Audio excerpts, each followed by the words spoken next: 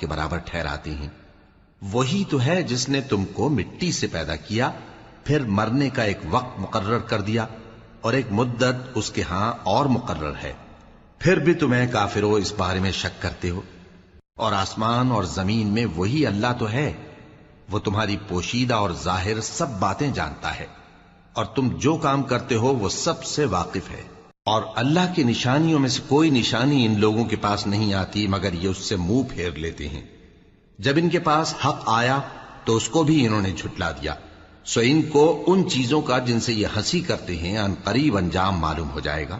کیا انہوں نے نہیں دیکھا کہ ہم نے ان سے پہلے کتنی امتوں کو ہلاک کر دیا جن کے پاؤں ملک میں ایسے جما دیے تھے کہ تمہارے پاؤں بھی ایسے نہیں جمائے، اور ان پر آسمان سے لگاتار مے برسایا اور نہریں بنا دیں جو ان کے مکانوں کے نیچے بہ رہی تھیں، پھر ان کو ان کے گناہوں کے سبب ہلاک کر دیا، اور ان کے بعد اور امتیں پیدا کر دیں۔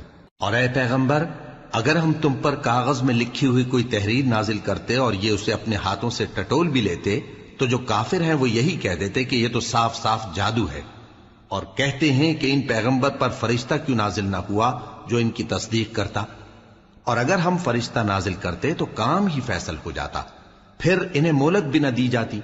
نیز اگر ہم کسی فرشتے کو بھیجتے تو اسے مرد کی صورت میں ہی بھیجتے، اور جو شبہ یہ اب کرتے ہیں اسی شبے میں انہیں ڈال دیتے۔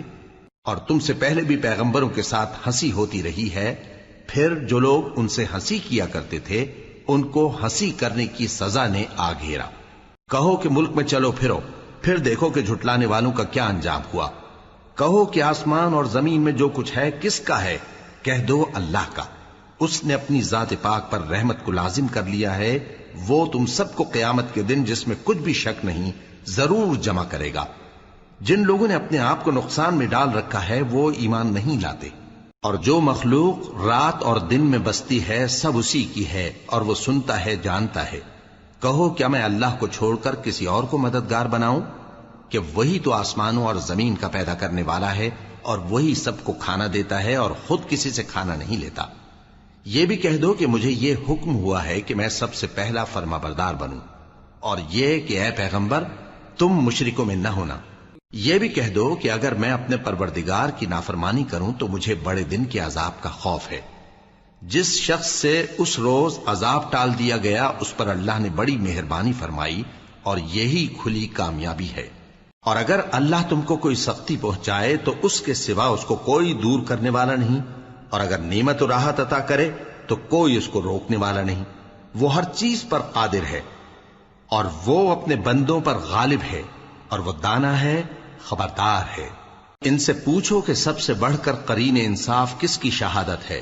کہہ دو کہ اللہ ہی مجھ میں اور تم میں گواہ ہے، اور یہ قرآن مجھ پر اس لیے اتارا گیا ہے کہ اس کے ذریعے سے تم کو اور جس شخص تک وہ پہنچ سکے آگاہ کر دوں۔ کیا تم لوگ اس بات کی شہادت دیتے ہو کہ اللہ کے ساتھ اور بھی معبود ہیں؟